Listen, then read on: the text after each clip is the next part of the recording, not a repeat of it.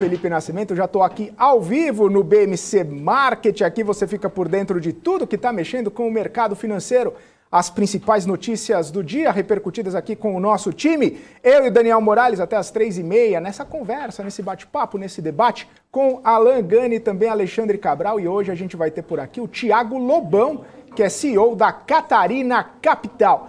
Vamos começar o dia olhando o que está mexendo com o mercado financeiro. A gente pode destacar aqui o fechamento das bolsas internacionais lá na Europa, todas no patamar positivo nessa terça-feira. DAX na Alemanha subindo 0,75%, FTSE no Reino Unido subindo 1,02%, CAC na França subindo 0,74%, o índice Eurostoxx subindo 0,59%. Parece que, embora tenha toda essa movimentação, né, Rússia, Ucrânia, Estados Unidos, países da Europa, parece que os investidores lá da Europa ficaram um pouco mais otimistas depois da gente ter visto ontem toda aquela movimentação negativa, toda aquela aversão ao risco na Europa, várias empresas caindo, empresas ligadas a commodities, empresas ligadas ao consumo em geral, caindo bastante na Europa. Hoje os investidores deram uma respirada, uma retomada e acabaram fazendo com que as bolsas fechassem majoritariamente no patamar positivo. O que não acontece nos Estados Unidos. Os índices americanos estão operando no patamar negativo nessa tarde de terça-feira. Dow Jones cai 0,94%, o S&P cai 1,73% e a Nasdaq, uma queda um pouco mais acentuada, cai 2,54%. Tá certo, ontem eu falei hoje, né, sobre a questão das bolsas europeias estarem no negativo ontem, estarem no positivo hoje. Lá nos Estados Unidos, depois de uma queda bastante forte nas bolsas ao longo do pregão na segunda-feira, elas acabaram fechando no patamar positivo. Pois é, fecharam no patamar positivo depois que a Casa Branca sinalizou ali que aquela conversa do Biden com alguns líderes da Europa sinalizava uma saída diplomática, sem beligerância contra a Rússia ou a favor da Ucrânia, né? Essa questão está no cerne aí, né, de várias movimentações em questão de commodities, questão de fornecimento de gás natural, sanções contra a Rússia, enfim, uma série de questões que estão impactando o mercado, que estão mexendo. Claro, a gente também tem o quê? Hoje é a primeira reunião do FONC, lá do Comitê de Política Monetária do Fed. Ou seja, isso também já acaba trazendo um pouco mais de volatilidade para os mercados, acaba trazendo aquela sensação de o que vai acontecer, quais vão ser os pontos discutidos, o que a gente vai ter de informação ali ao longo dessa reunião, principalmente no fim da reunião na quarta-feira, amanhã, ou seja, isso traz um certo temor ali no mercado. Isso porque alguns analistas já estão prevendo que o Fed vai terminar a compra de ativos, ou seja, vai finalizar o tapering já agora em fevereiro, e aí depois abriria espaço para elevação de juros em março, e aí depois de março mais 3 elevações de juros. E aí nesse meio tempo, entre a primeira e as outras elevações de juros, o Fed começaria a reduzir o seu estoque de ativos, começaria a reduzir o seu balanço patrimonial, vendendo todos esses títulos que o Fed comprou ao longo dos últimos meses. E aí a gente tem essa movimentação, bolsas europeias para cima, bolsas americanas para baixo, o dólar caindo 0,3%, sendo negociado aos R$ 5,47, e a bolsa brasileira resistindo, segurando ali o patamar positivo também, aos 108.585 pontos, sobe 0,6%. Bastante suportada aí por empresas ligadas a commodities. A gente vê Petrobras subindo, a gente vê PetroRio subindo, Cielo, empresas de educação, empresas de saúde também subindo, mas para baixo ali a gente vê as empresas de mineração e siderurgia, entre outras, né? Algumas varejistas, algumas empresas exportadoras também nessa movimentação negativa do pregão de hoje. E claro, é isso que a gente vai discutir, né? A gente vai discutir com o nosso time toda essa movimentação, a questão da geopolítica, a questão do sentimento do consumidor que foi divulgado hoje, acaba afetando também algumas empresas varejistas, a perspectiva de aumento de juros pelo Fed, também tudo que pode impactar aqui no Brasil, todas essas questões a gente vai trazer nesse bate-papo aqui com o nosso time. E antes da gente chamar o time todo, o time completo, eu quero chamar o Daniel Morales aqui na nossa tela para a gente começar esse nosso giro de notícias, trazer as principais notícias do dia, inclusive as notícias que vão impactar e trazer base para a nossa discussão aqui com o time Gani e Cabral. Muito boa tarde, Daniel Morales, muito bom estar por aqui novamente contigo. Boa tarde para você também, Felipe Nascimento, e também boa tarde a quem está acompanhando a BMC News, agora ligadinho aqui no BMC Market. É isso aí, vamos que vamos então, porque a gente estava falando de petróleo, estava falando de commodities, e os preços médios do etanol caíram em 12 estados e também no Distrito Federal na semana entre 16 e 22 de janeiro, mais conhecido como semana passada. De acordo com a ANP, outros 12 estados, os preços subiram, enquanto na Paraíba eles ficaram estáveis e no Amapá não foi possível comparar porque não houve levantamento. O preço médio do etanol subiu 0,14% na semana em relação à semana anterior. Saiu de R$ 5,046 para R$ 5,053 cada litro. Em São Paulo, o principal estado produtor, a cotação média ficou em R$ 4,85 o litro, uma queda de 0,39% em relação à semana anterior. O preço máximo foi verificado num posto do Rio Grande do Sul, onde o litro chegou a ser negociado a R$ 7,669, Daniel Moraes. É isso aí. E o Banco Central informou hoje que está ajustando a capacidade de atendimento de seu site por ter recebido aí uma demanda acima do esperado em seus sistemas. O portal está enfrentando instabilidades após a autoridade monetária anunciar uma nova funcionalidade denominada Sistema Valores a Receber, que permite que cidadãos e empresas consultem se tem dinheiro a receber de instituições financeiras. Segundo o Banco Central, um levantamento feito em junho de 2021 mostrou que clientes tinham cerca de 8 bilhões de reais a receber dos clientes. Estou com ele aberto aqui e continua fora do ar. Felipe. É isso aí, Daniel Morales. E o Fundo Monetário Internacional revisou para baixo a estimativa de crescimento do Brasil para 2022 e também para 2023. Para esse ano, o país deve crescer 0,3%, bem menos do que a previsão anterior, que estimava aí um crescimento de 1,5%. Já para o ano que vem, o FMI prevê que o Brasil vai crescer 1,6%, são 0,4 ponto percentual a menos do que a projeção feita em outubro. As estimativas do FMI estão em linha com as previsões feitas pelo mercado. No último relatório Focus, divulgado ontem pelo Banco Central, a mediana das projeções para o crescimento da economia brasileira em 2022 permaneceu em 0,29% e para o ano que vem uma redução saiu de 1,75% para um crescimento de 1,69%. E a Confederação da Agricultura e Pecuária do Brasil divulgou hoje as exportações do agronegócio, que somaram aí 120 bilhões de dólares em 2021, um aumento de 19,7% em relação ao ano anterior. Só em dezembro, as vendas para o exterior chegaram a 9,9 bilhões de dólares, com um crescimento aí de 36,5% em comparação ao mesmo período de 2020. O produto com maior participação nas exportações foi, claro, a soja em grãos, com 13,8% do total e receita de 1,4 bilhão, um aumento expressivo de 1.210% em relação ao igual período de 2020. Milho, café verde, farelo de soja e carne de frango in natura completam a lista dos 5 produtos mais vendidos para fora, Felipe.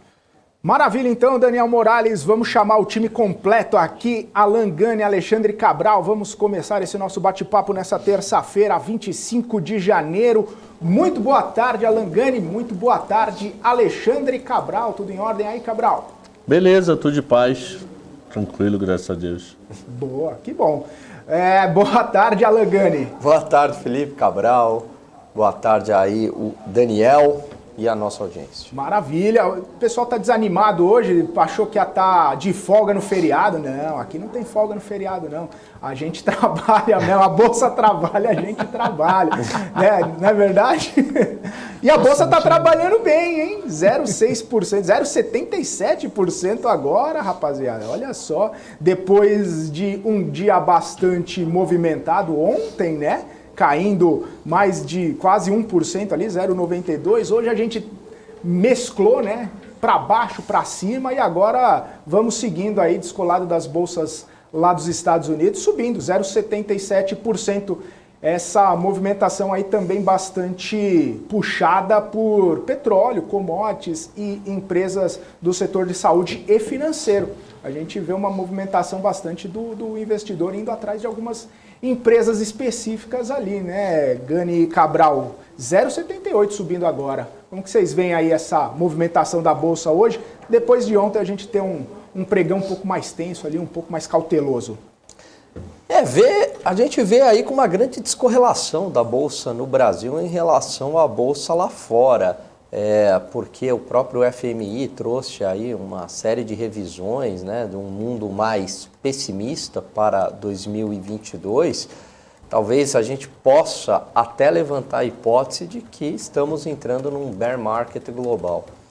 Mas a Bolsa brasileira, ainda bem, está descorrelacionada, né? Então, subindo no dia de hoje, vamos ver até quanto. Talvez porque ela está excessivamente barata, o investidor lá fora olha o Brasil numa relação risco-retorno com bons olhos, né? E acaba vindo para aqui também atraído pelos preços, né? Porque a Bolsa está barata, ok, vou colocar lá uma grana no Brasil, barata porque o dólar está valorizado em relação ao real, e barato porque tem também múltiplos aí descontados e tudo mais.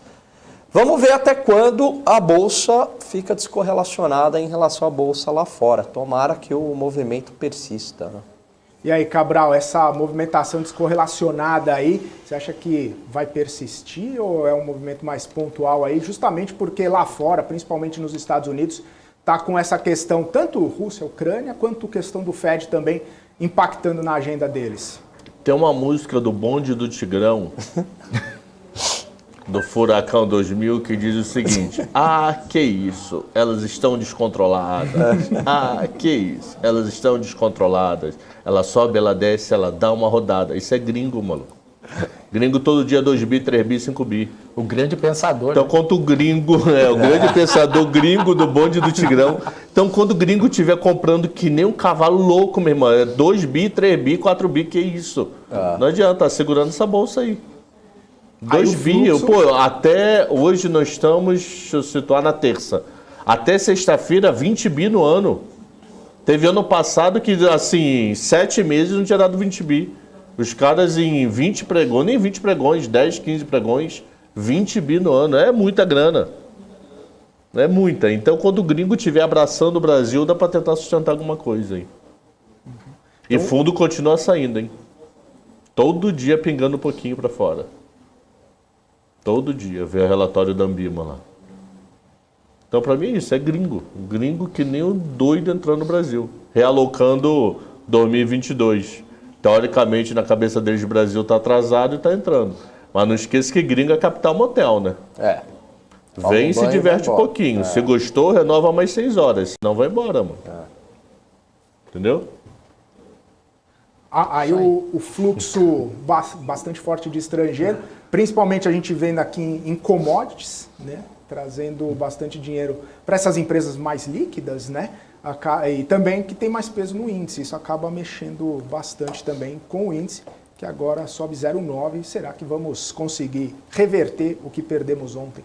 E aí, não só isso, né? Setor financeiro no Brasil está tendo bastante procura também, e muita gente fala que o setor financeiro no Brasil está um pouco descontado, né? Até mesmo eu estava lendo uma notícia que aqui os bancos brasileiros estão com expectativa aí de que vão crescer agora no primeiro trimestre, aliás, no primeiro trimestre pelo menos 10%, né, nos lucros. Só que o grande problema do setor financeiro dos bancos está sendo ainda inadimplência por causa aí dessa desaceleração da economia. Então, aquelas provisões, aquelas capital, como é que é? PDD. Provisão para devedores duvidosos. Para devedor duvidoso. Isso aí também acaba fazendo uma movimentação nos papéis dos bancos, né?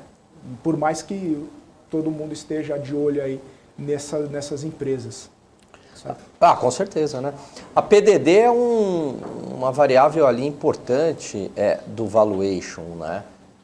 Porque mesmo que não tenha, você tem que aí um princípio do conservadorismo contábil, então mesmo que você não tenha tido efetivamente a saída de caixa, né? Então eles colocam ali na DRE, né? E também isso vai para o fluxo de caixa. E é óbvio que pode ter a reversão disso, né? À medida que a inadimplência é menor, então isso acaba afetando positivamente.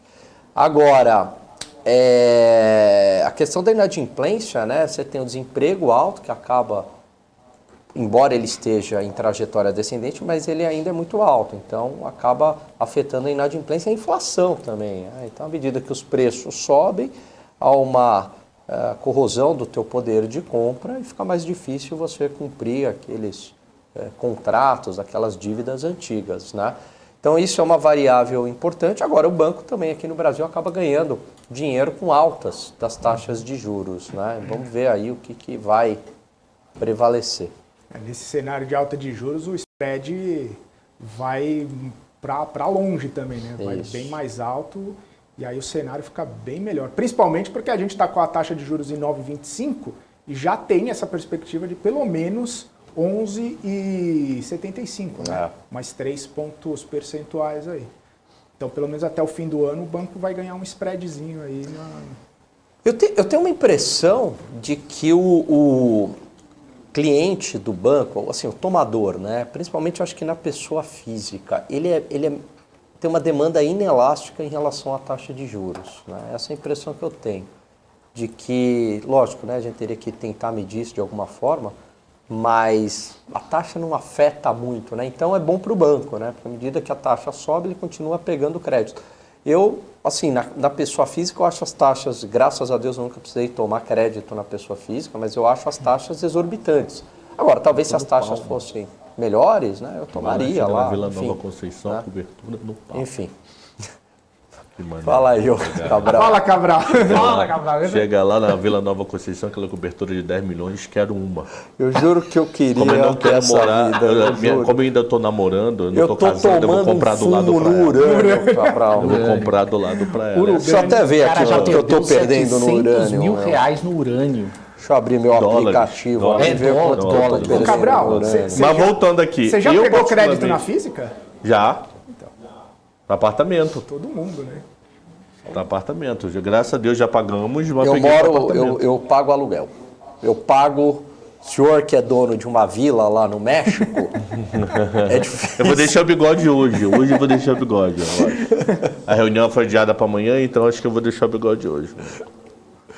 Eu pago. Mas eu, na verdade, é uma decisão, eu acho que essa é uma decisão interessante. Eu acho que se você não tem imóvel no Brasil, vale a pena ter um, né? Tem aquele papo eu de sou um único aluguel, herdeiro, raiz quadrada de pi, não vale a pena. Eu sou a favor de comprar, mano. Eu acho que não sim. pago nem para Posso fazer fazer uma compra. pergunta para você? Já que vocês falaram nisso, todo mundo que eu converso que é do mercado financeiro fala, esquece, vai viver de aluguel. Mais ou menos, eu acho. Isso. Eu nunca parei para fazer conta. eu- Não, Eu sou você tem parente razão. de português. Quem casa, quem casa. Mas Morales, você existe tem essa razão. teoria, né? Não, você tem razão, você tem razão. Na ponta do lápis, sim, tá? Mas você tem um monte de variável que não entra na conta, né? Uma delas, o Brasil não é um país lá muito estável, vocês concordam? Não é esse país, né? Então tudo bem, há muito tempo não tem um grande problema no mercado financeiro, mas se a gente voltar na década de 90, teve confisco, né? É muito mais fácil confiscar o teu dinheiro ali numa aplicação financeira do que confiscar a tua propriedade, né? Mais difícil. Então, assim, dado o histórico do Brasil, enfim, eu teria um imóvel, eu acho que faz sentido, mas também depende muito das circunstâncias ali, né? Se a pessoa é única herdeira ou não, como é, né? Enfim. Mas eu acho que um vale a pena. Assim, e você tem também questões não mensuráveis nessa conta. Então, do ponto de vista estritamente financeiro, vale a pena você pagar aluguel, né? E o pessoal fala, mas aluguel é dinheiro jogado fora. Aí eu falei, pagar juros? Não, né? Financiamento... Então, um está alugando a propriedade, outro está alugando elas dinheiro. por elas, elas né? por elas. Pagar juros não é dinheiro jogado fora no financiamento. Mas o ponto aí, ô Morales, por exemplo, né? Você ter a sua casa e fazer uma reforma lá do jeito que você quer, por exemplo. Isso não entra na conta, né? Verdade. Agora, por outro lado, o aluguel te dá uma flexibilidade. Pessoa que vive se mudando, né? Trabalha em várias empresas, muda de empresa. E em São Paulo isso é relevante, né? Uma coisa é você trabalhar, né, no Itaim, perto do Itaim. De repente, tua empresa foi lá para o final da Berrini, lá próximo de Interlagos, e você está aqui no Itaim, o trânsito, né, que você vai pegar. Então tem que levar tudo isso em conta também, né? Eu acho que não é uma conta tão... Assim, na ponta do lápis, vale a pena o quê? Viver de aluguel, né? Mas quando a gente coloca todas essas questões não mensuráveis, emocionais e tudo mais, aí é caso a caso. Eu fiz todas essas contas, raiz quadrada de pi, pum, comprei apartamento. E olha que você é especialista em Não, aluguel, nem né? parei pra fazer conta, mano. Mas é isso mesmo. Sou especialista em aluguel, cobrar o aluguel dos Fora, muitas vezes, Mas eu nem o que o parei pessoal pra fazer fala, a conta, pressão da sério, mulher, né? não parei. Não, tem que comprar. Né? Acabou. Nem parei, comprei. Questão, Pra dizer que não, eu morei de aluguel 1 ano pra conhecer o bairro que eu morava. Que Mas eu não pagou à conhecia, vista? depois eu comprei. Não. Não pagou à vista. Não, um pedaço eu financiei, graças a Deus já pagamos o financiamento, mas um pedaço eu financiei. Não tinha dinheiro pra tudo. E tem um outro ponto, as taxas de juros agora deram uma Era subida. a Muito taxa de baixas. imóvel é bem mais baixa. Então Uma assim, curiosidade que eu vale a tenho, pena. desculpa te cortar, é que ano passado eu escutei muita gente vendo falar comigo, não é muito exagero, mas umas 5 pessoas falaram comigo em 2019, se eu não me engano, no começo de 20. Olha só, a Caixa agora está com um negócio que é IPCA mais 2, IPCA mais 1, eu devo trocar? Eu falei, nunca troque nada por variável inflação. Que a Caixa fez um projeto desse. A minha curiosidade que eu tenho, eu não sei se a Caixa publica isso, é quanto trocou e qual é o grau de inadimplência com essa inflação de 10%. Era IPCA, eu lembro que Era alguns IPCA. bancos era Caixa de IPCA.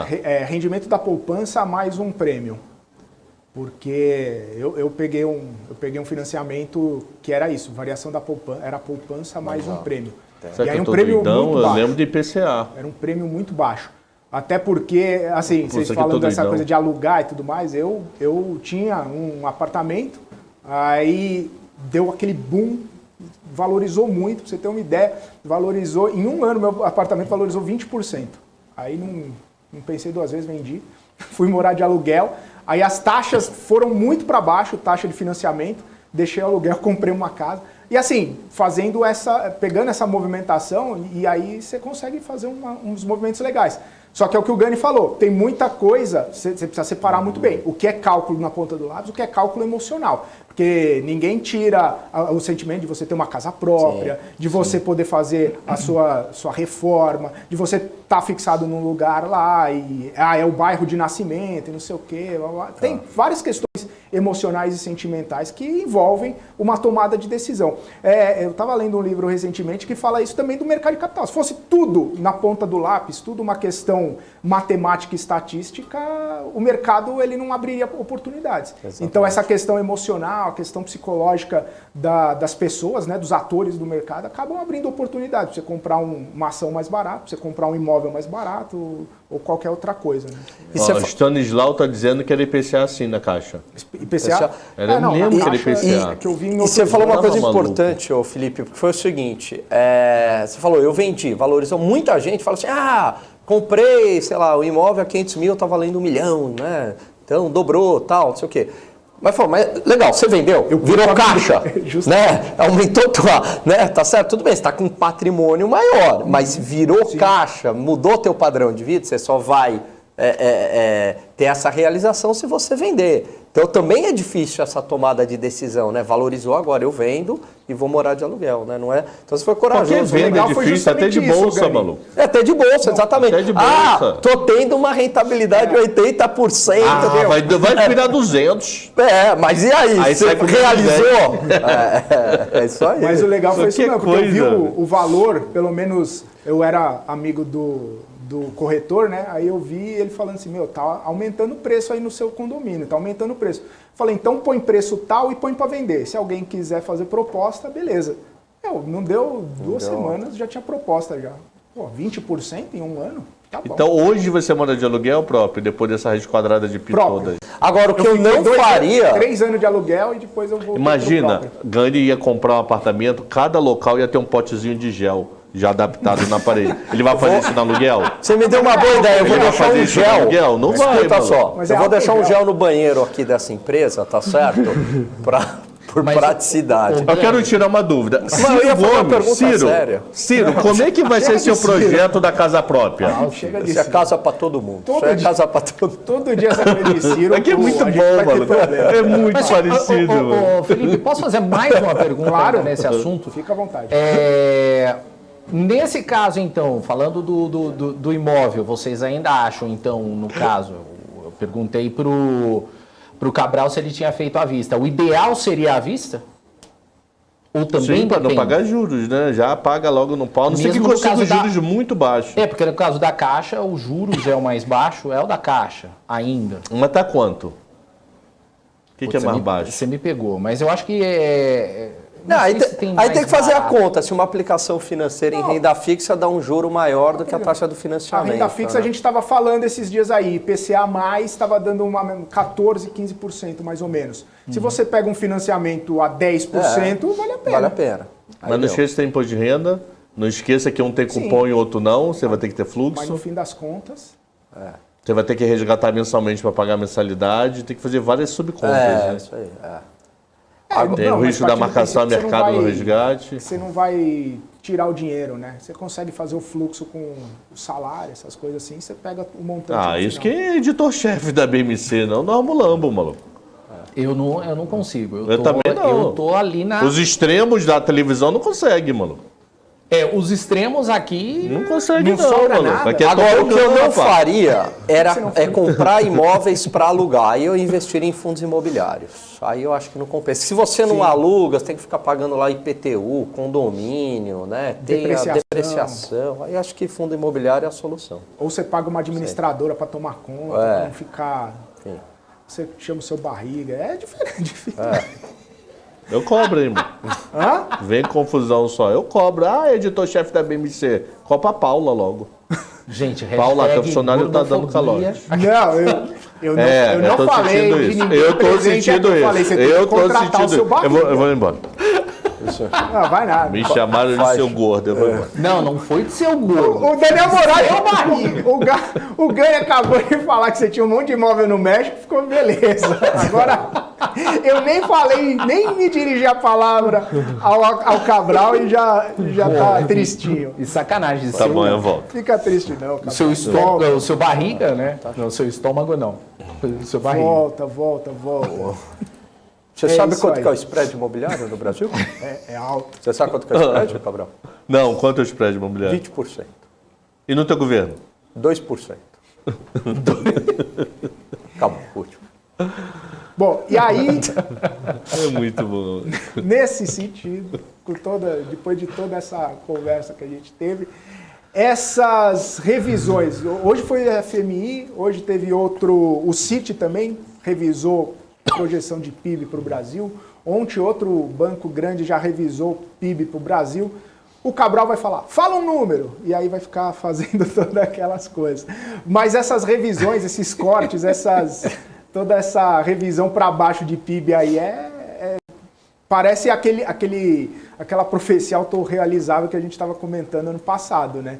Todo mundo, um atrás do outro, revisando para baixo o crescimento do PIB nesse ano, né?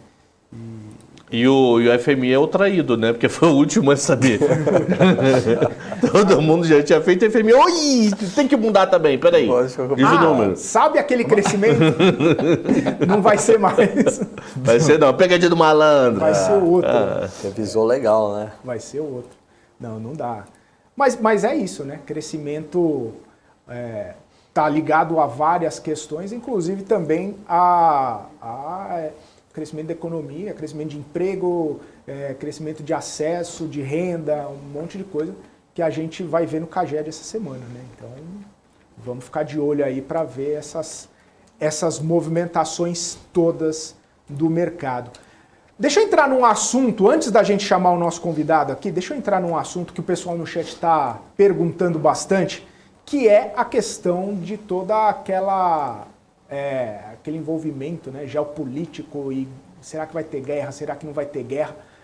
De ontem para hoje, com as notícias que a gente viu sair, de reunião do Biden com líderes da Europa, do Kremlin falando que, olha, o Kremlin falando que o Putin vai se reunir com Macron, vai bater um papo com ele, deslocamento de tropas, deslocamento de soldados, aeronaves, navios e tudo mais. A situação da semana passada para cá parece que cada dia vai evoluindo um pouco, né? Talvez vai culminar em alguma coisa mais beligerante, assim, vocês acham? Ou a saída diplomática vai reinar e imperar aí nessa situação? E aí, Gani?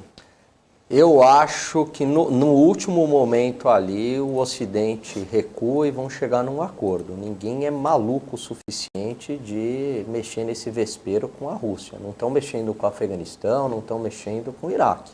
Estão mexendo com a Rússia, estão mexendo com um líder ali, que é o Putin, que é um ex-agente da KGB, extremamente bem preparado, extremamente bem articulado, que tem uma liderança muito grande no seu país.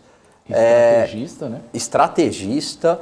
Enfim, esse vespeiro aí, a não ser que o Biden esteja muito, né, enfim, muito louco, mas eu acho que na hora H eles recuam, né, e acabam encontrando aí alguma solução. A Ucrânia não vai entrar na OTAN, vamos esperar mais um pouco, enfim, né?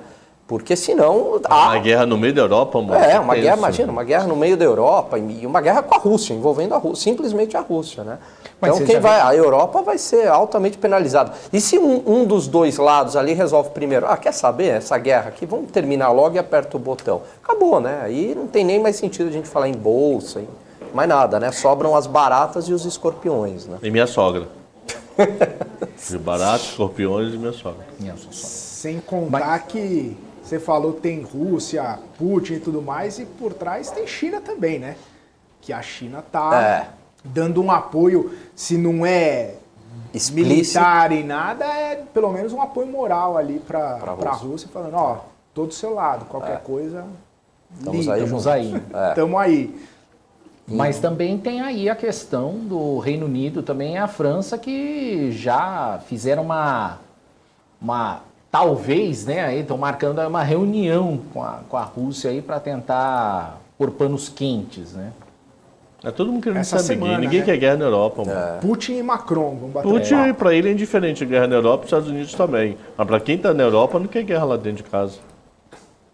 Imagina o povo indo tudo pra França e pra Alemanha, um caos social que vai ser, mano. Imagina a bagunça. E tem uma outra coisa, vocês sabem quanto que é no orçamento da OTAN? Você sabe quanto que é grana americana lá dentro? 90% do orçamento da OTAN é grana americana, os 10% restantes deve ser Reino Unido.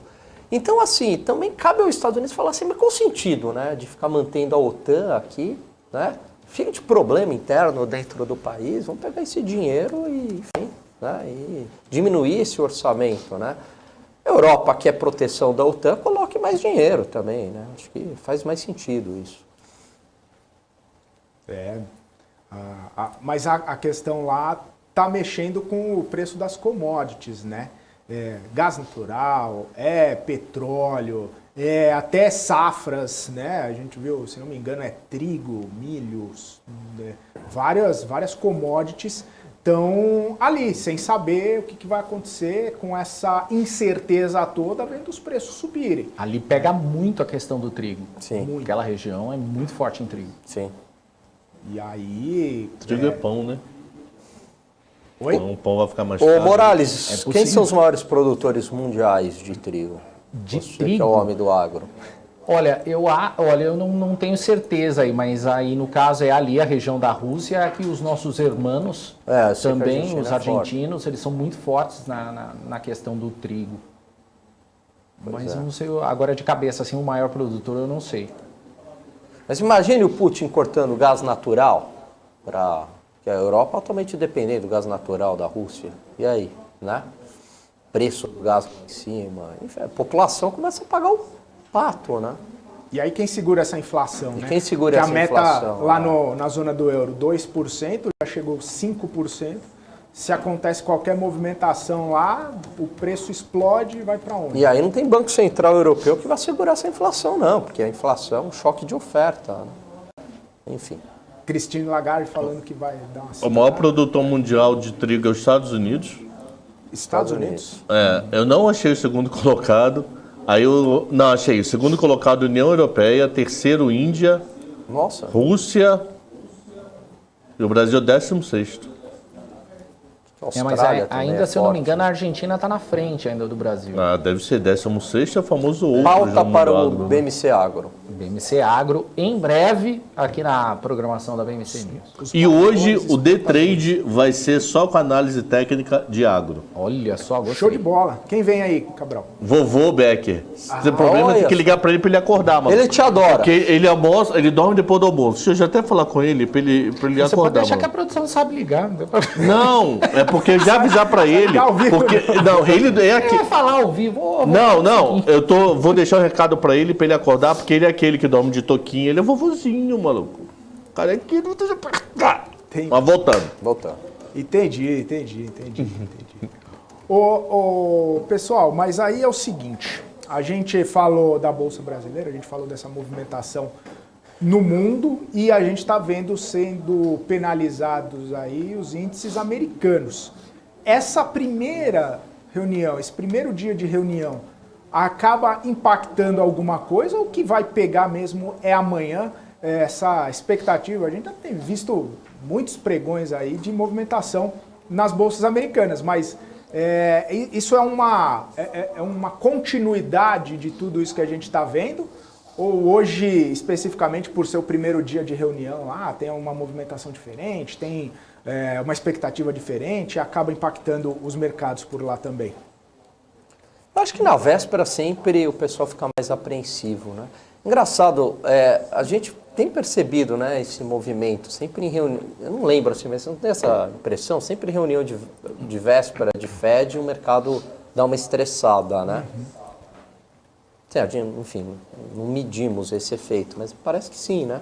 Aí fica boataria, alguém grande do JP, do Merrill Lynch, do Morgan, sei lá, do Citi, da Casa do Caixa Prego fala alguma aspa, aí o pessoal fala, se esse cara tá falando isso, o que pode acontecer? Acho que é o mesmo efeito, né, de dormir posicionado no final de semana, né? Mais ou menos esse mesmo efeito, ou feriado longo, né? Você fica meio apreensivo, né? O pessoal acaba ficando... Daqui a um mês de carnaval, hein? Gani, e a fantasia? Vai guardar para abril? Se eu der esse destaque? Eu me aposentei dessa festa. Agora ele tá namorando. Profana. Ai, que lindo. Voltando. Mas tava na hora, né? Olha a idade. Não, tô brincando. Mas eu adoro carnaval, adoro. Você gosta de carnaval? Gosto bastante. Mas carnaval na televisão ou... Não, eu era um grande... de Salvador. Eu era um grande carnavalesco, Cabral. Ele gostava daquele... Fui para Minas, para Bahia, para o Rio. Desfilei no Rio de Janeiro, na Portela, né? Há pouco tempo. Desfilar para mim é a coisa mais inútil do mundo, mano. Quanto tempo legal, a emoção ali é legal. Quanto tempo você... Não, você... Aliás, o entre e sai ali, a escola passa acho que quase uma hora, né? Mas você antes, ali durante, depois 20 minutos. 15 minutos, 15, 20. E você apanha a escola inteira, mano. Porque você vai dançar, o cara porque tá em frente ao juiz, não pode ter buraco. Aí você vai empurrando. Mas esse ano, por causa da pandemia, vai ser menos gente ainda, né? Não sei como é que tá o controle. Eles vão ter que diminuir o número de pessoas das escolas. Nunca ouvi uma escola de samba homenageando o mercado financeiro. Poderia ter, né? A ala dos fundos imobiliários, a ala das ações, né? O pessoal lá de fantasia. Fica essa sugestão aí. Você ficaria num dos carros? Com certeza, né? O carro dos analistas. O carro dos analistas, o carro do urânio, né? O carro do urânio. Eu ia pro carro da Brasil Foods, da JBS, da Marfrig, do IMC. Ia ter o carro do Chaves, né? Não, eu queria saber de comida, mano. Aí eu ia pra esse carro dessas ações, entendeu? Se o próximo convidado estiver escutando a gente, daqui a pouco ele vai dizer que caiu. Ele está escutando a gente e nós vamos chamá-lo agora. Eita, posição de mocinho. Cabral. Posição Alexandre direita. Cabral, Agora- Alexandre Moraes. Agora eu tô sem fone. Alô, A gente vai, todo mundo vai ouvi-lo aqui, a voz do além vai chegar aqui e eu vou chamar o Thiago Lobão, CEO da Catarina Capital, que já está aqui com a gente para bater um papo, e a profecia do Cabral, não, ele voltou. Thiago Lobão, CEO da Catarina Capital, está aqui com a gente. Seja muito bem-vindo aqui ao BMC Marketing. Prazer falar contigo, Thiago. Prazer, senhores. Como é que estamos? Todo mundo curtindo o carnaval já antecipado aí, é? Pois é, já que o feriado a gente está trabalhando, pelo menos fica na expectativa do carnaval, né? E o carnaval que nem vai ter, né? Vai ficar só para abril. Mas tudo bem, a gente segue aqui trabalhando, não tem problema nenhum. Thiago, inclusive, vamos começar esse nosso bate-papo aqui. Eu queria falar um pouquinho a respeito desse momento das empresas de tecnologia, né? A gente viu ao longo de 2020 as empresas sendo muito procuradas pelos investidores, uma tábua de salvação praticamente ali, essas empresas mais tidas como crescimento. E de lá para cá a gente tem visto um movimento mais de queda, um movimento de aversão a esse tipo de empresa, o cenário acabando trazendo muitas delas aí para patamares bastante inferiores aí do que os já vistos. E eu queria que você fizesse uma análise para a gente, por gentileza, para esse começo de conversa aqui, sobre o setor, né? O que está acontecendo com o setor? Por que a gente olha para o Ibov lá e vê muitas empresas de tecnologia basicamente caindo nos últimos pregões, nas últimas semanas? Como que está a sua análise desse setor nesse momento? É ótimo, Felipe. Eu diria que não está acontecendo muita coisa, né? Está acontecendo só o caos, por enquanto, nesse começo de janeiro, né? A situação está bem caótica. Eu acho que a gente tem que dosar um pouquinho a diferença dos contextos nos Estados Unidos, né, das techs americanas, versus um movimento que já é bastante mais longevo, aí, desde, na verdade, de meados do segundo semestre, entre os 2 semestres do ano passado, para as techs brasileiras, né? São cenários, lógico que eles conversam entre si, mas cenários diferentes, né? Enquanto nos Estados Unidos as techs estão sofrendo muito por uma contextualização macro, né? Todo o contexto de tapering americano, a retirada dos benefícios, ainda uma dúvida do mercado sobre como é que vai ser o nível de desaceleração ou de aceleração do incremento da curva de juros, né? E como vai variar esse custo de capital que para algumas das techs, para uma grande maioria que ainda é deficitária, que ainda é consumidora de alavancagem, é fundamental para manter curvas de crescimento agressivas como elas já tradicionalmente vêm apresentando, né? Isso combinado a todo esse contexto geopolítico que vocês estavam comentando antes ali, né? Basicamente essa briga Estados Unidos-Rússia, né, a volta da Guerra Fria agora no Web 3.0, isso traz um tom a mais de volatilidade, de cada vez mais um cenário caótico, um pouco desesperador para os investidores e para alguns analistas que têm 2 tipos de movimento, né? Aquele movimento mais especulativo, no momento de grande vol, como está acontecendo agora, e o movimento de, para quem já estava em tech, apertar os cintos e esperar a turbulência passar, para quem está olhando o tech ou quer aumentar a posição, está entendendo o tech como uma diversificação importante, é um momento, assim, eu diria que único, talvez esse primeiro quarter agora, esse primeiro trimestre, vai ser uma janela única para se alocar em tecnologia, em ações, né, de tech globais, porque, de fato, os preços das empresas estão voltando para o pré-pandemia, né? Mas as empresas já são 2, 3 vezes maiores do que no começo ali de 2020. Então, a gente está falando de ativos maiores com contextos de múltiplo ainda menores do que a gente via lá atrás.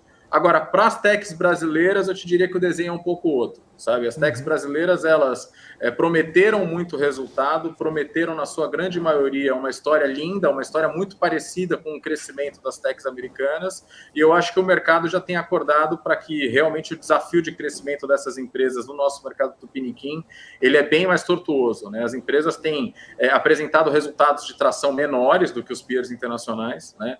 Não conseguem drivar o mesmo tipo de múltiplo, o mesmo tipo de avaliação, e os preços têm sido penalizados tão simplesmente quando essas empresas começam a mostrar que esses desafios impactam nos seus negócios.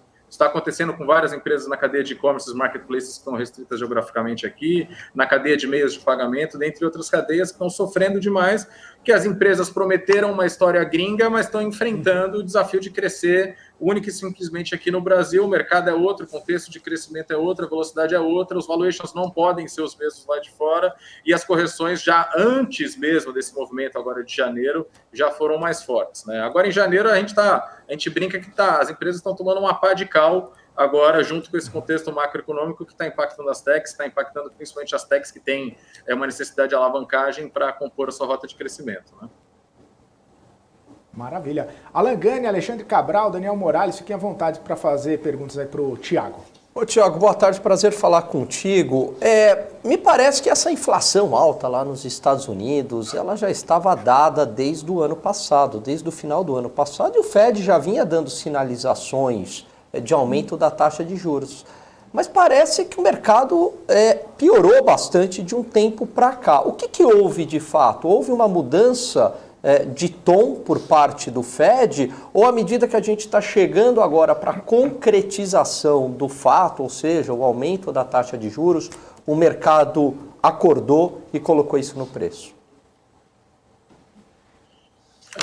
Eu te diria que é o segundo cenário que você trouxe. Tá? Eu acho que, lógico, o mercado já estava sabendo. Se você for olhar os Active Researchers, os analistas, né, desde meados do segundo semestre, ali por setembro, né, a gente já tinha uma perspectiva real de correção, tá? Uma correção que viria em dezembro, janeiro, ao longo desse primeiro quarter. Né?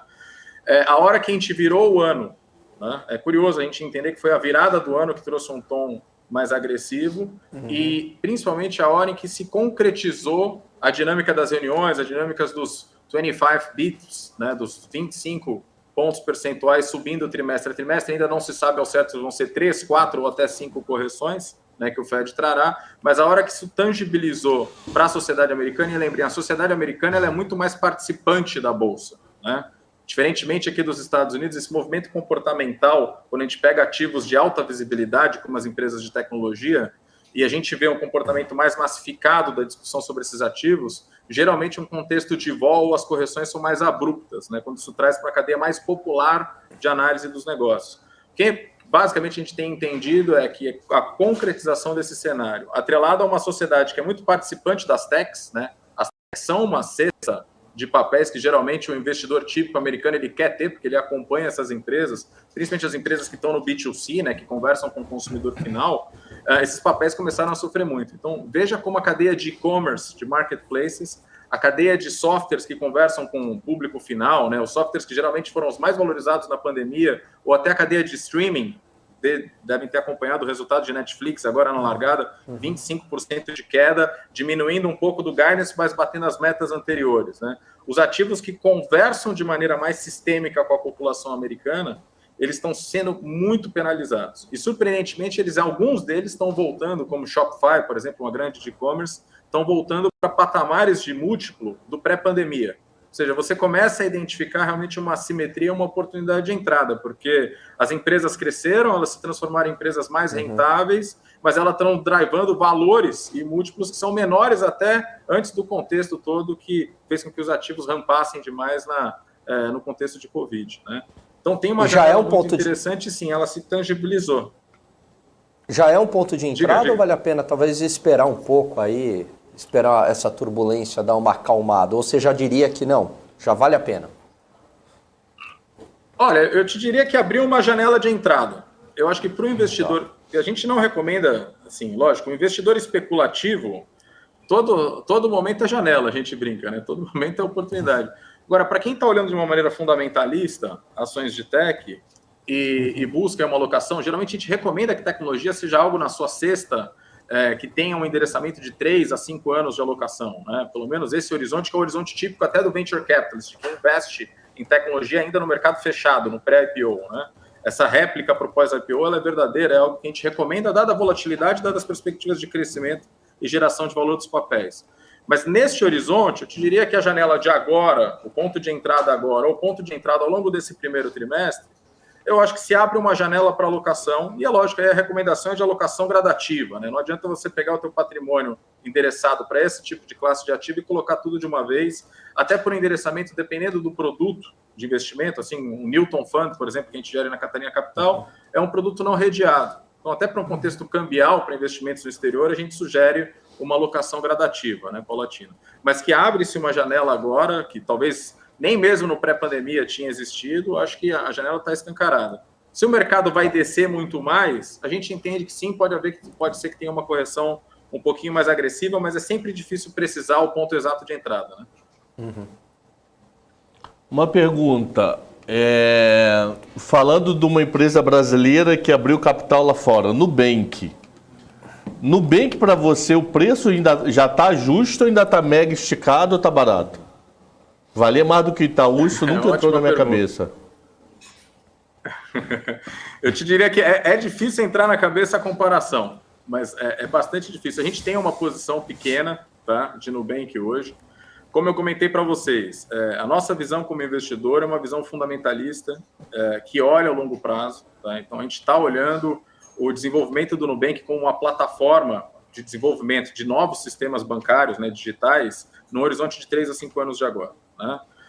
Eu te diria que nessa largada pós-IPO, ainda mais pelo contexto macro, mas é natural que o pós-IPO você tenha muita volatilidade. Né? Então, a empresa, todos os pós-IPOs de tech, globalmente você encontra grande vol, isso é do jogo. Né? O que tem acontecido no Nubank é que, de fato, com esse contexto macroeconômico, essa vol só está trazendo papel para baixo. A correção cada vez mais cavalar para níveis ainda que se discutia do pré-IPO. Mas a empresa vai ser largada a 7, ela vai largar a 10, ela larga a 11. Se discutiu muito esse range, até que o range que foi lançado ao mercado foi um range intermediário, mas com um viés de valorização para cima do Itaú, né? Sempre nessa brincadeira de que, olha, o Nubank vale mais que todo outro sistema bancário, vale mais que os peers dele, brasileiros como o Itaú.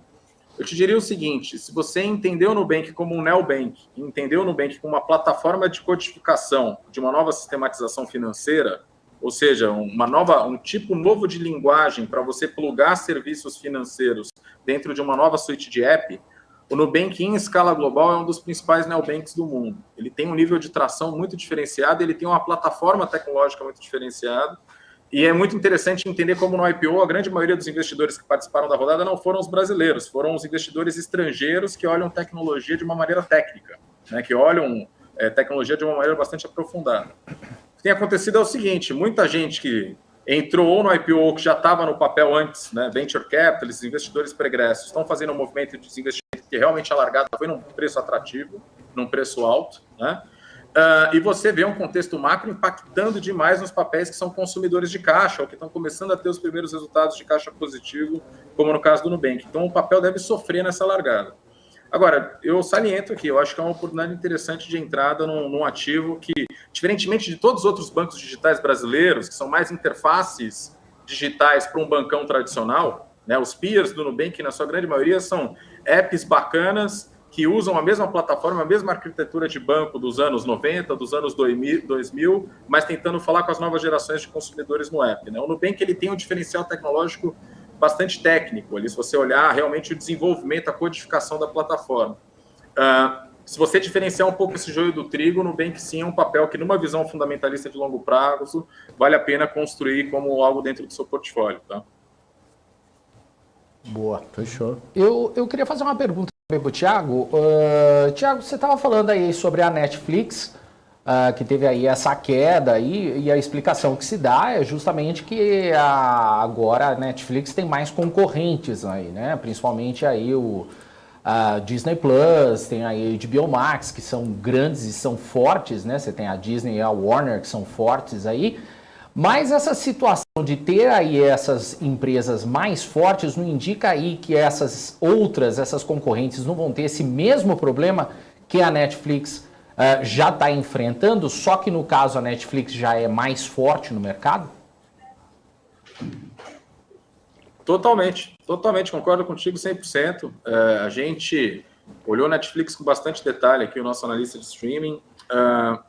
O que eu te diria é o seguinte, as plataformas elas já estão chegando no nível mais de platô, no qual a aquisição de novos usuários ela é bastante mais complicada, né? Então você vê o Netflix indo para geografias até um pouco exóticas, trabalhando muito no mercado da Turquia para crescer, trabalhando muito no mercado da Coreia do Sul, que nunca são core quando você pensa em estratégias globais, né?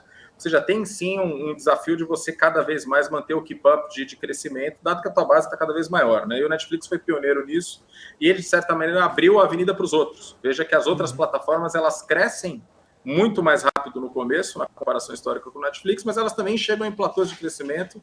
É o que está acontecendo agora nos últimos resultados de Disney, e é a perspectiva dos analistas, é um pouco mais de linearização do resultado do Disney Plus no crescimento. A mesma coisa deve acontecer com o HBO, com as plataformas de bundle, né, que estão dentro da Apple ou que estão dentro da Amazon, por exemplo, no Prime, né? O grande desafio, eu te diria que quando a gente está olhando streaming, a gente está buscando menos os papéis, as empresas que estão cada vez mais no desafio de produção intensa de conteúdo e muita alavancagem para produzir conteúdo, cada vez mais, em maior volume, cada vez conteúdos mais locais para reter o público, mas a gente está buscando as plataformas que de alguma maneira conseguem aumentar o ticket médio sem aquela máxima de simplesmente ter um reajuste de preço, né?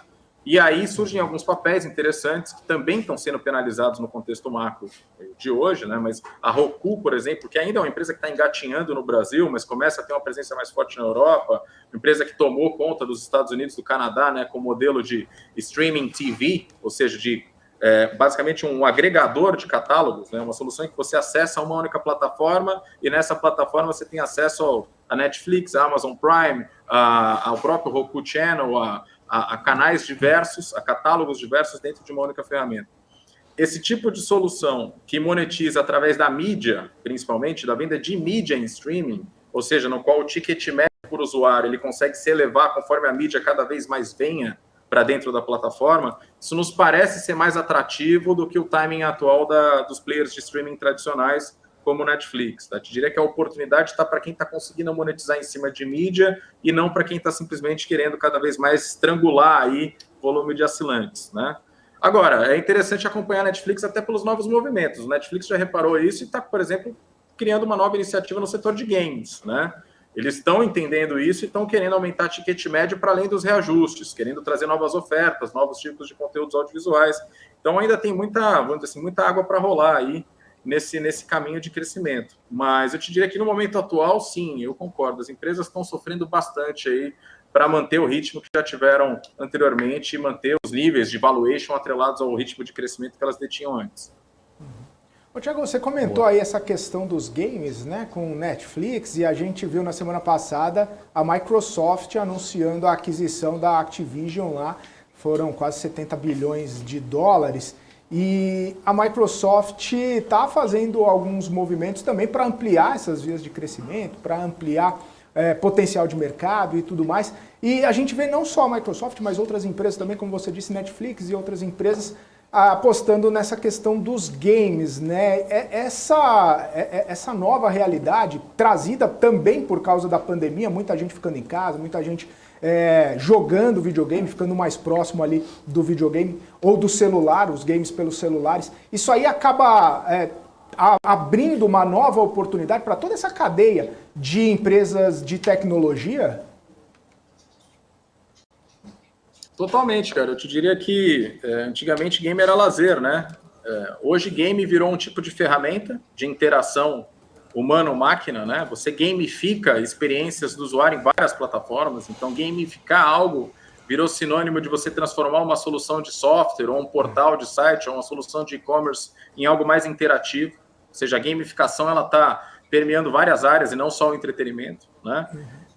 E eu te diria que gamificar hoje é o termo base para o que a turma toda tem discutido, e essa febre aconteceu ao longo de novembro, principalmente alta de novembro dos papéis, foi muito inclinada por isso, alguns papéis de semicondutores e as FAANGs, por exemplo, cresceram muito em cima do reposicionamento do Facebook como meta, né? Toda essa discussão sobre metaverso.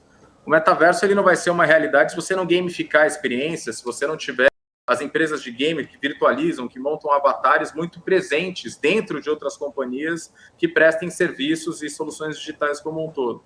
Então, o movimento da Microsoft, ele tem dois contextos, né? Ele pega a Activision Blizzard no momento de baixa, de fragilidade. Pela fragilidade de contexto de assédio sexual que houve ao longo do ano passado, dinâmicas de governança sempre dúbias sobre esse papel, né? A empresa tomou uma porrada de preço, né? Caiu demais o preço ao longo do segundo semestre, e agora nesse contexto macro, estava tomando mais uma pá de cal, como todos os outros ativos de tecnologia, ou seja, parecia muito fortuito para a Microsoft fazer um movimento estratégico, né? E pegar o ativo num contexto um pouco mais fragilizado de avaliação.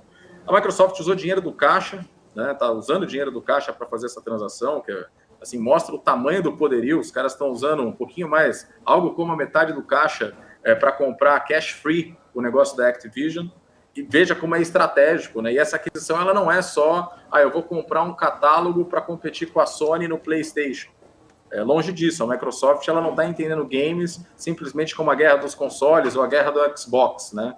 Ela está entendendo a produção audiovisual, a produção gamificada como um ativo essencial para os novos produtos que estão dentro do P&D deles, né? Então a gente tende a ver cada vez mais os players forçando aí aquisições, gamificadas para dentro desse contexto de realidade virtual, de realidade aumentada, de metaverso como um todo. Essa eu te diria que é uma das primeiras aquisições aí que já conversa com esse tipo de vamos dizer assim, de caminho, de rota tecnológica, e a tendência é que aconteçam mais. Você vê até os próprios players de games entre si se movimentando, né? A Take-Two, por exemplo, comprando a Zynga. Você tem aí, vai ter uma efervescência de movimento inorgânico, né, de M&As entre as empresas desse setor, com toda certeza, porque game agora não é só lazer. Tiago, o setor de tecnologia que você mencionou, que está bastante descontado já, né? Abriu uma janela aí de oportunidade em níveis pré-pandemia. Tecnologia é algo bastante amplo. Então, assim, quais setores ou subsetores dentro da tecnologia ou quais empresas, se você puder mencionar, estariam com múltiplos bastante descontados? Olha, a gente enxerga, eu vou te responder onde tem oportunidade e depois te comento sobre descontos, tá? Eu acho que a gente está numa oportunidade flagrante, até porque as empresas corrigiram, mas corrigiram menos, né? Em dois setores. Um setor é o setor de segurança cibernética, né? A gente está falando de papéis como o Palo Alto Networks. Se vocês derem uma olhada, Palo Alto Networks até parece que a crise não está vindo, né? É curioso, a empresa de segurança cibernética multissolução, que já estava subprecificada em relação aos peers lá atrás, tem sofrido um pouco, mas tem sido penalizada bem menos que outras hope stocks, empresas que consomem caixa, né? Você pega papéis como a própria Okta, o CrowdStrike, essas empresas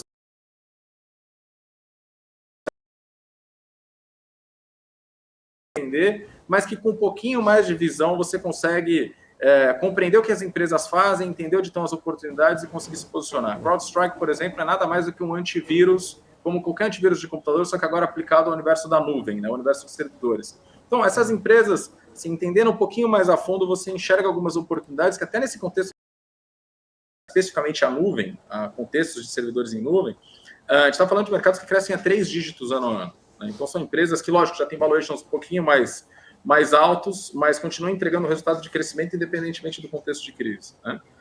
Um segundo setor com oportunidade bem flagrante, o setor de semicondutores. Você tem hoje uma crise de componentes que tem impactado alguns papéis, né? Você tem aí um problema de componentes, de fornecimento de componentes para a boa cadeia dos fornecedores e desenvolvedores de chips, né? Mas você tem empresas como o TSMC, que é um fabricante quase que oligopolístico, mas tem quase tomado o monopólio da produção de chips para os Estados Unidos, para além da Intel hoje. Você tem players como a própria NVIDIA, que agora está sofrendo muito por um movimento que não deu certo de aquisição da ARM, de uma empresa que ia consolidar toda a parte de arquitetura de chips no mundo. Você tem todos os papéis que estão atrelados a 5G, que de certa maneira estão sofrendo correções em relação ao contexto de aviônica, esses desafios do 5G aplicados à aviação. Então, Qualcomm, Broadcom subiram bastante, agora sofreram um pouco mais e tendem a crescer, cadeias que estão crescendo 60% a 70% ao ano. O CAGR estimado de venda de modems de 5G passa dos 60% ao ano de crescimento numa cadeia que é basicamente dominada pela Qualcomm e mais 2, 3 peers em escala global, como a Huawei, por exemplo, né? Eu te diria que semicondutores e segurança cibernética são dois setores bem atrativos, independentemente do contexto de crise. Agora, pensando em valuation, eu te diria que a cadeia das fintechs e de meios de pagamento sofreu muito além da conta. É lógico que isso tudo se traduz na tendência de inflação, correção de juros, consumo, em questionamento sobre a manutenção da atração desse consumo em escala global, isso impacta principalmente os meios de pagamento. Então, você vê correções bem fortes, abruptas em players muito sólidos como a própria PayPal, né? Você vê negócios que têm um posicionamento disruptivo como a Square, né? Hoje Block, o deal do Jack Dorsey, né? Que saiu da Twitter para assumir esse papel, com correções enormes, né? E você vê players que estão dentro da cadeia de pagamentos, mas cuja solução é muito mais focada no universo de SaaS, de software como serviço dentro da cadeia de e-commerce, como a Shopify, são empresas que foram penalizadas pra caramba. Hoje, no próprio pregão, a Shopify continua sendo penalizada muito, a empresa está enfrentando uma volatilidade enorme, mas são empresas que se portam até como ameaças para o próprio império da Amazon, hoje, quando a gente fala de e-commerce, principalmente para PMEs, né? Então, você tem ativos muito sólidos que foram corrigidos e que valem aí uma visão um pouco mais analítica para executar posições, sempre com visão de médio e longo prazo. Então. Tirar uma dúvida contigo. Falar em tecnologia americana, não tem como não falar de Tesla. De algum modo, Tesla surge no assunto. Se você resolver falar, sei lá, se o Palmeiras tem ou não Mundial, vão te perguntar, e o carro da Tesla, levou ou não o Palmeiras para ter Mundial? Aí eu fico com aquela velha história, eu sou velho, eu tenho 50 anos. Como é que a Tesla vale mais que a Toyota, meu Deus? Eu te diria que a Tesla vale. É uma ótima discussão. Não, vale mais que a Toyota.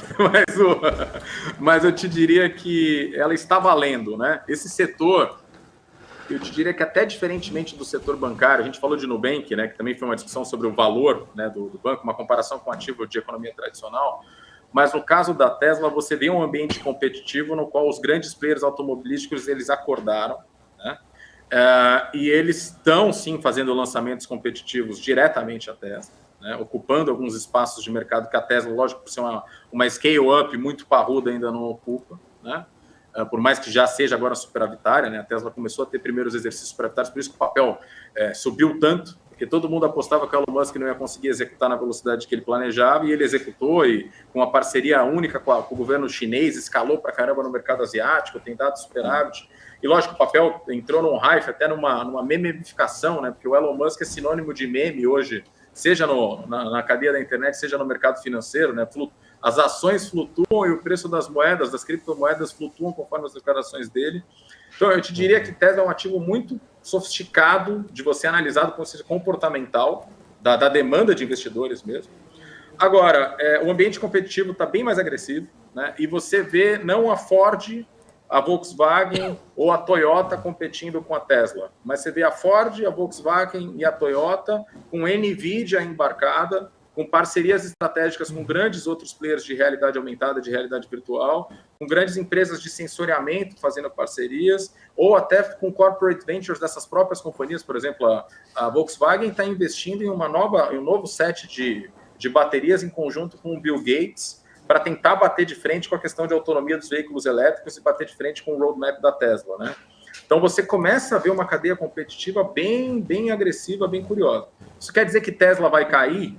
Não quer dizer que Tesla vai cair. Isso quer dizer que a cadeia automotiva tradicional que está pivotando para o modelo de elétricos é interessante olhar. Veja, se vocês derem uma olhada, posso estar enganado aqui nos números de cor, mas Ford valorizando mais que 100% no year to date, aí, se você pegar os 12 anos, os 12 meses, né, nos 12 months, comparando com uma Tesla que subiu aí próxima do índice, 20%, 25%, que é um ativo que subiu demais, caiu demais, um ativo que quase que é uma montanha-russa no comportamento de ações ao longo do último ano.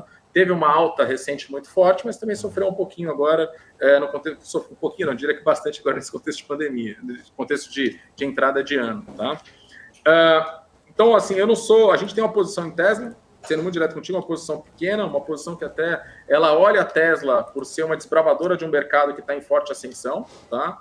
Mas eu te diria que o horizonte, ele tem um pouco, sim, de oceano vermelho aí, com base nos outros players, e talvez o momento de ramp-up da empresa já tenha acontecido nos últimos 1 ano e meio, 2 anos, tá? Deixa eu tirar uma dúvida que eu não sei se você vai conseguir me ajudar. Quando será popularizado o carro elétrico? Isso vai chegar um dia? Porque chegou um carro, eu estava vendo o carro esse final de semana, o carro elétrico, eu não sei se é Ford, GM, 240 mil. 240 mil por gasolina até, para beber no almoço, maluco. 240 mil num carro elétrico. Que economia eu vou ter, só o meu bisneto, né? Não, isso tende a popularizar pra caramba. Na verdade, quando você entra com um novo roadmap de tecnologia, é natural que você entre com um produto de alto valor agregado no começo, até para bancar o R&D pregresso, todo o gasto de P&D que você teve para lançar uma nova solução, né? Então, a tendência agora, lógico, é barateamento das tecnologias, aumento da escala de fornecedores, isso deve vir.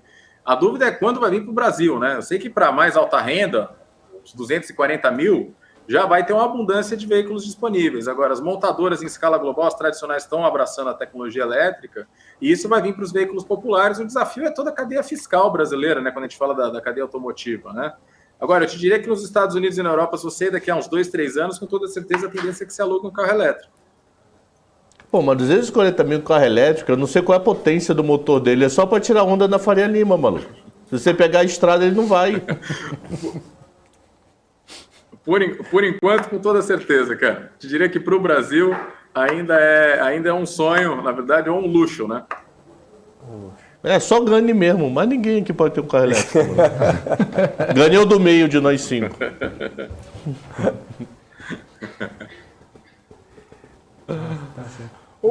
Tiago, tem uma pergunta aqui no chat para você.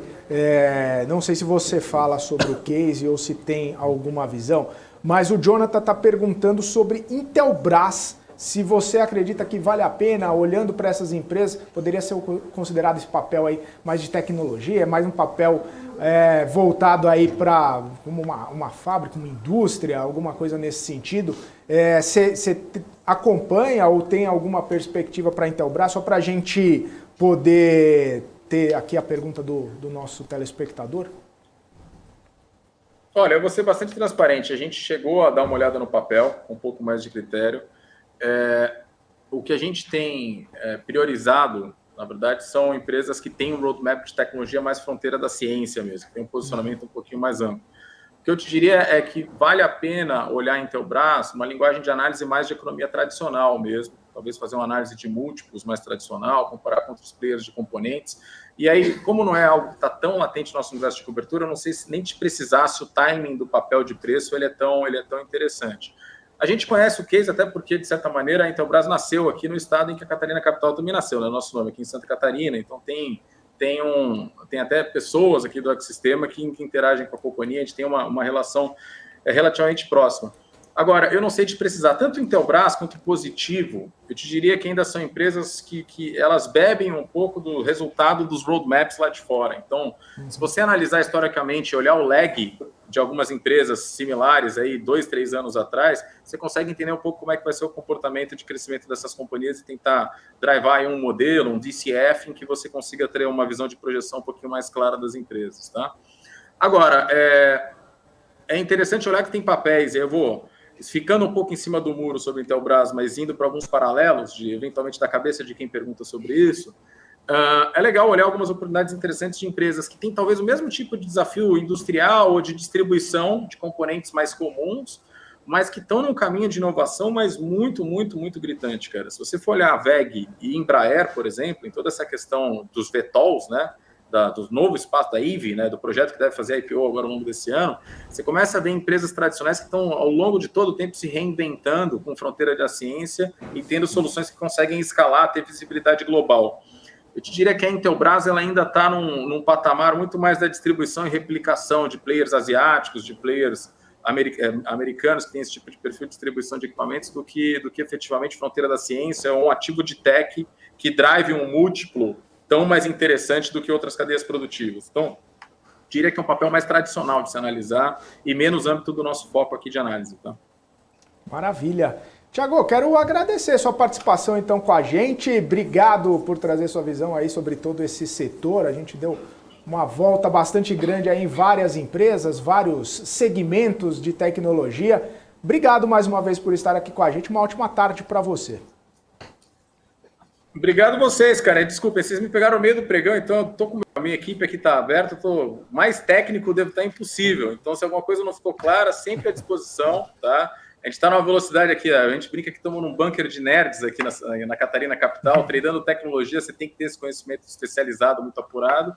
E para quem quiser entrar um pouco nos nossos estudos, conhecer um pouco mais das empresas, sempre acessar o Newton Tech Fund, né, .com.br.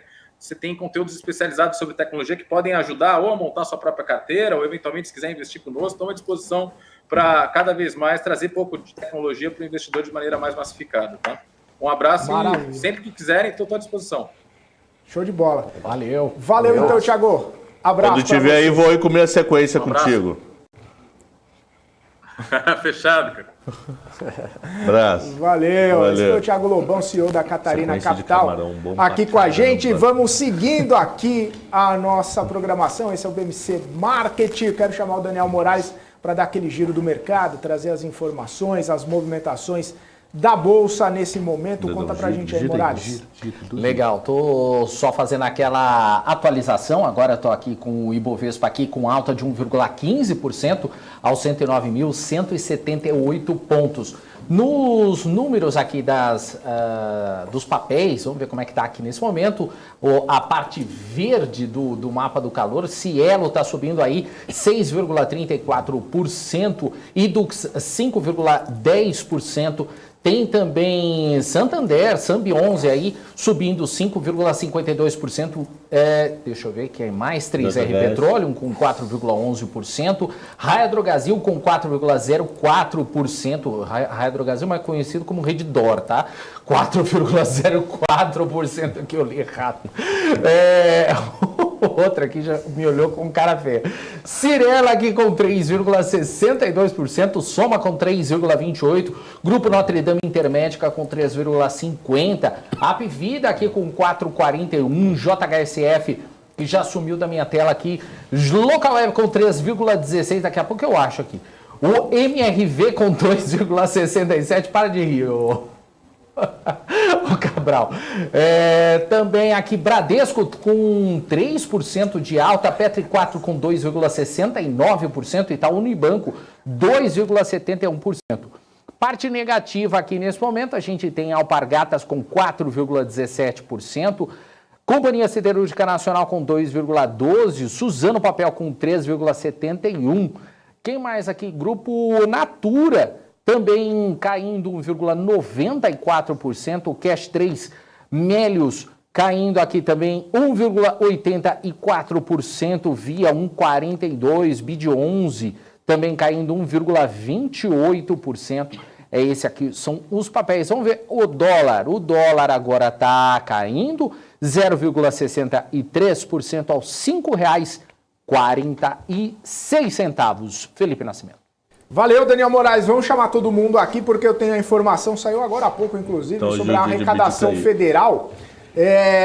Em dezembro, subiu 10,76% em relação a dezembro de 2020. Chegou a 193,9 bilhões de reais. Uma alta aí, de 22% em relação a novembro de 2021. O resultado superou a mediana das expectativas, que era de 192 bilhões, essa era a previsão dos economistas, né? No acumulado de 2021, a arrecadação foi recorde na série histórica, chegou a 1,87 trilhão de reais, com alta aí real de 17,36% sobre o resultado de 2020, dentro ali da projeção da mediana das expectativas. Ou seja, arrecadação maior, mas tem todo esse componente aí também de inflação um pouco mais acelerada, e aí acaba impactando isso, né? Gani, Cabral, como que vocês veem essa arrecadação aí acima do esperado pela arrecadação federal? É isso aí, crescimento econômico em relação a 2020, então isso, né, as empresas estão produzindo mais, estão vendendo mais, então o governo arrecada mais num contexto de crescimento econômico e a inflação. Né? Então, alta dos preços, nominalmente o governo arrecada mais. A inflação, muito interessante esse tema, a inflação é um modo do governo se financiar, por isso que existe o imposto inflacionário. Você não viu, mas você pagou o imposto via inflação. Então, por que o governo não deixa a inflação correr solta para se financiar? Porque há um limite, né? Pode ser que a inflação fique tão alta, comece a penalizar a produção e aí o governo perca aí a arrecadação. Mas a inflação é um instrumento arrecadatório para o governo. E aí, Cabral, viu a arrecadação federal? Como que você achou? Vi, mas não vi. Eu queria ver o número aberto, então prefiro responder melhor amanhã. Amanhã será que a gente tem tempo de falar? A gente vai falar bastante do Fed amanhã, hein? Mas vai falar Fed de tudo na expectativa, né? Porque você sai de 4. É expectativa. A gente vai ficar assim, e o Fed, hein? E o Fed, Cabral? E o Fed? Vamos manter taxa, mantém taxa. O detalhe, o recado é o que é previsão de aumento de taxa de acordo com os diretores E o que ele vai falar do tape? Vai manter taxa, vai.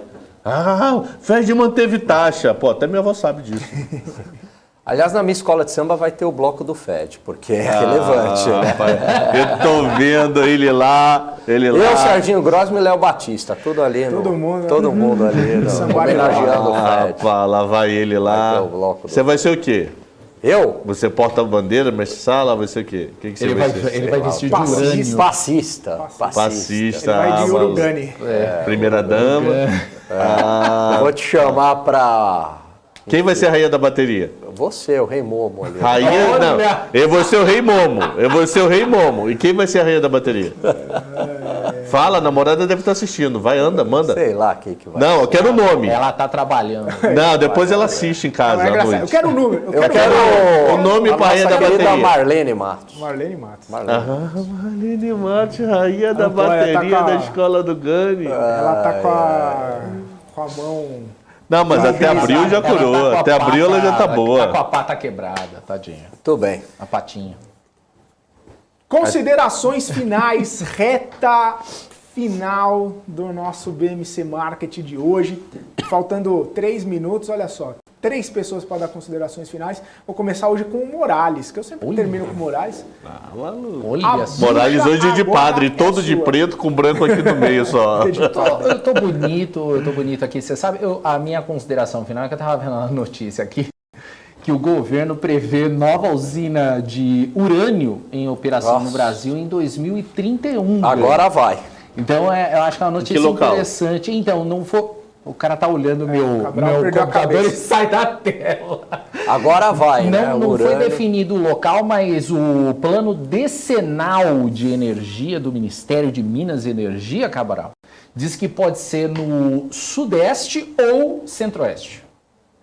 Que nem eu falei, num Ou cenário. seja, em qualquer lugar. No cenário, plano decenal, eu queria conversar com o Xi Jinping e perguntar pra ele, você pensa a China há quantos anos, hein? 200 Acho que esses caras pensam 30 anos pra frente, é sério isso. Tem 200 toda Eu acho que eles razão, pensam Cabral. assim lá na frente, é 1 bi de gente que eles têm que pensar, mano. Você tem toda Isso que eu falei, quer conversar com quem? Eu queria conversar com o presidente chinês. 10 Ia anos, fazer só curto pergunta prazo. light, do tipo, quanto tempo você pensa a China pra frente, mano? Eles têm um projeto de 10 país, anos é curto prazo. ou de poder. Só curiosidade. Recado final. Leilão de título público que a gente não comentou. A NTNB, que a IPCA veio melhor do que esperado. Novamente, eu vou ligar para os contatos aí para entender. Pela 3ª semana seguida, ele não colocou LFT curta. Quer dizer, ele propôs, mas o mercado não quis. Eu estou querendo entender porque o mercado não quis 25 e pegou a LFT mais longa. Então, tanto a NTNB como a LFT, as taxas caíram comparado a 15 dias atrás. Não esqueça aquele rodízio, né? Então, notícia boa da parte de título público no leilão hoje pela manhã. Mas os outros vendeu tudo? Tudo. Só não vendeu, mas foi Só a resquício. curta, que não. Tipo assim, era 80... A quantidade não foi alta. Tá. Mas era 50 mil, vendeu 40 mil e pouco, vendeu bem. Tá. Eu só não estou entendendo porque há 3 semanas seguidas o mercado não quer o curto. Está indo todo pro longo na LFT. Vou ligar para um povo aí para tentar descobrir. O prêmio não está compensando? Não sei, porque não aparece nem prêmio na tela, né? Porque propostas não aceitas. Aí não tem... Eu não sei o que o mercado ofertou. Então não sei. Por isso que eu te falo, tem que ligar para um povo aí para descobrir. E agora é contigo, Gani. Eu acho que vale muito a pena rever a entrevista do Thiago Lobão, cara muito claro e ao mesmo tempo técnico. E ali ele deu bons insights sobre setores de tecnologia para aqueles que se interessam, né? Tem via BDR, né? Aqueles que não têm conta lá fora, mas podem investir via BDR. Tem um monte de empresas de tecnologia, acho que vale a lição de casa. Inclusive, ontem a gente estava falando sobre isso. É hora de pegar a faca caindo ou não? Por isso que eu fiz essa E pergunta aí, para ele, e né? aí eu percebi ele falando ali que tem algumas oportunidades que abriram espaço para compra e, enfim, vale a pena Vale a rever pena mesmo, vale a rever. pena rever mesmo. Show de bola! Valeu, Morales, valeu, Alexandre Cabral, valeu, Alan Gani. Abraço para vocês. Até amanhã estaremos juntos na expectativa. O que o Fed vai fazer, o que o Fed vai falar. E, claro, a cobertura completa a partir do Top News com a Débora Oliveira, também com o Rafael Lara e com o Gabriel Monteiro, aqui a partir das 4 horas da tarde. Tudo que acontece com o Fed, vocês vão ficar sabendo aqui na BMC em tempo real. Enfim, Eu vou ficando por aqui, vocês veem agora o The Trade com Alexandre Cabral e também com Edu Becker. Eu volto amanhã a partir das 2 horas da tarde com todo o time aqui do BMC Marketing. Um forte abraço a todos, tchau, tchau.